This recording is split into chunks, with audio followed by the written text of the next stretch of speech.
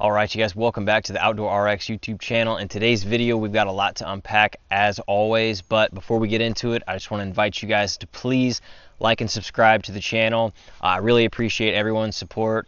With that being said, let's dive into today's video. All right, you guys, so I've got some breaking news, some things that have been brought to my attention that I think the public needs to know, and maybe we can resolve these issues before everything comes crashing down. So let's rewind to the fall of 2024, before the Elite Series season got started. So B.A.S.S told the public that the elite anglers had a vote on whether or not they wanted forward-facing sonar on their boats for the 2025 Elite Series.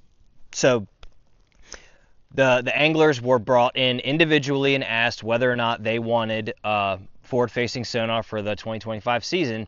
And it's been brought to my attention that what B.A.S.S told the public is a lie, and there was an overwhelming majority saying that they did not want forward-facing sonar on their boats. And this survey was not made public. It was just issued as a statement or something. It wasn't actually truthful at all. So you have the overwhelming majority not wanting forward-facing sonar on their boats, yet here we are, and it's on everyone's boats again. So it makes you wonder, well, why is it on everyone's boats? Well, because this is just what I've been told, that Garmin paid B.A.S.S a lot of money to keep it on their boats, regardless of the angler's opinion and what they actually wanted. And let's just go into the angler's point of view. So this is your livelihood. This is how you make a living. You're doing this for a living. And when the organization that you're fishing for takes a survey and a vote as to whether or not you're going to do something for the following season, and you vote a certain way and they don't even take that into consideration, is an extreme red flag. And they're not only do the Elite Series opinions and votes don't matter, they're being hushed up about the entire situation, and they're being punished if they do speak out about it. And we will go into that later on in this video. But the word on the street is that Garmin is pulling all the strings for B.A.S.S, and Garmin wants it on the boat. And we'll dive into that a little bit more in a second. But when you have a public statement saying that the anglers voted for something that they did not vote for, not only is it lying to the public, it's destroying the anglers' confidence in the organization that they're fishing for, and it's disgusting to me. If the anglers want something, that's the way it should be. If they vote one way, that's the way it should be. It should not be twisted to the public. It's wrong on all accounts, and I feel sorry for the anglers that voted against it and still have to put up with this bullshit for an entire year. And the 2025 season is just getting started. So that just sucks all the way around. And I think that, from what I've been told, there is another angler on the Elite Series that did his own individual survey with every single person on the Elite Series and got their opinion and their vote on forward-facing sonar. And hopefully he comes out with that here in the next couple of days, and gives the truth to the public, because it's not fair any way you look at it.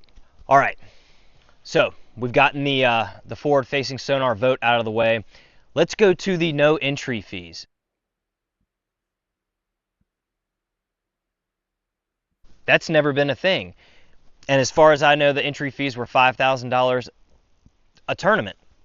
So why are there no entry fees this year?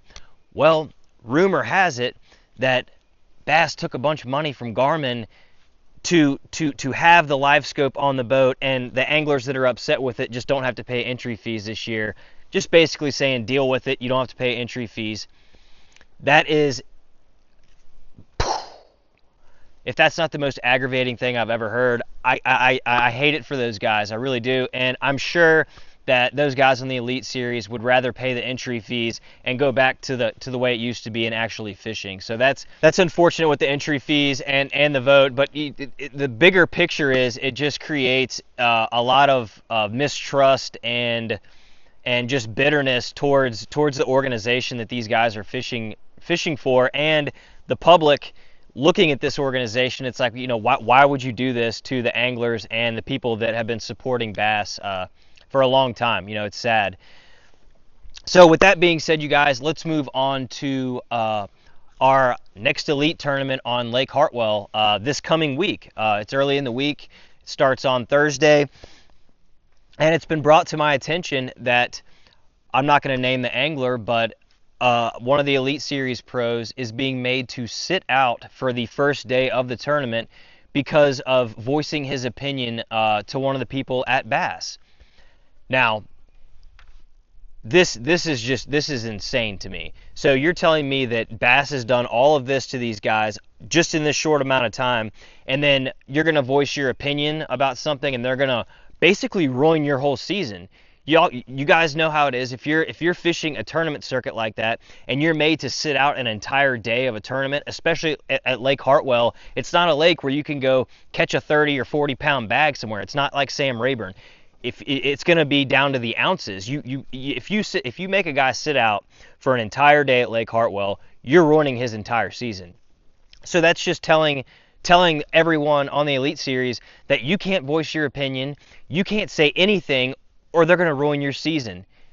These guys do this for a living. This is their livelihood. If you make it like Nazi Germany and these guys are in a concentration camp, like what the hell is going on? It's extremely upsetting, and it needs to change. So I'm extremely pissed off. I hope that they don't make this individual sit out for the first day of the tournament for voicing his opinion. If so, B.A.S.S is going to blow up. If they make him sit out, it's going to make this is going to blow the doors off of this whole ordeal that's going on right now, and the public is going to find out about it. There's going to be an outrage, and either B.A.S.S is going to have to change their ways and start listening to their anglers and listening to the public, or there's not going to be a B.A.S.S anymore. All right, you guys. So I don't know what the repercussions are going to be for B.A.S.S. I don't know where this is even going to go, but one thing I do know is you can't have the people that make your organization what it is, meaning the fishermen,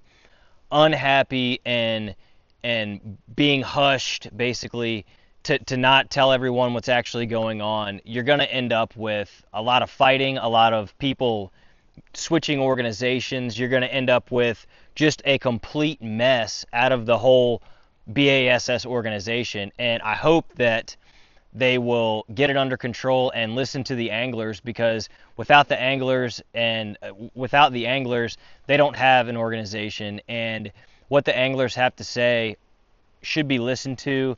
And I think that if they don't get a grip on it, it's all going to come crashing down, like I said. So with that being said, you guys, I want to share a quick story. This is a little bit more of a positive story. So me and my buddy Miles were on Sam Rayburn Reservoir for Bassmaster Open in 2020. I had him as my camera guy down there, and we were in a little rental house. It was a piece of crap. I will say that. There were bugs everywhere, and the first night we were there, he had a cockroach go right across his face, and when we came running out of the bedroom holding the pillow, and the cockroach was just going around the pillow, and it was like this long. True story. So that freaked him out. And that was the first night that we were at this house. We were there for 5 days, and the other people that we were staying with left a day earlier because they had a shorter drive. We had to drive all the way across the country. So we were like, all right, well, we'll stay here by ourselves and rest up. So we were in the living room just hanging out, talking about how the tournament went. And my buddy was sitting on the couch with his arm on the armrest, and no joke, a scorpion fell from the ceiling and landed right next to his arm. He jumped up, about hit the ceiling, and we both freaked out. We're like, okay, we got to kill this thing. So we killed the scorpion, and we're like, let's just look around the house with flashlights because there's no one else here anymore. So we went around this house.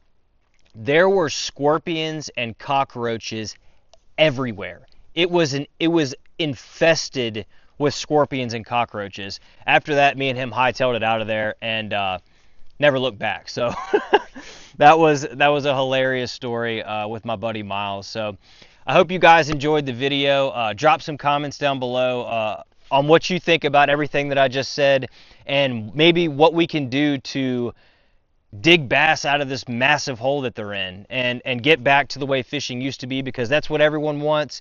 And shame on you, Bass, for hushing up your Elite Series anglers. I appreciate all of you guys watching. Make sure to please like and subscribe to the channel. We'll see you in the next one.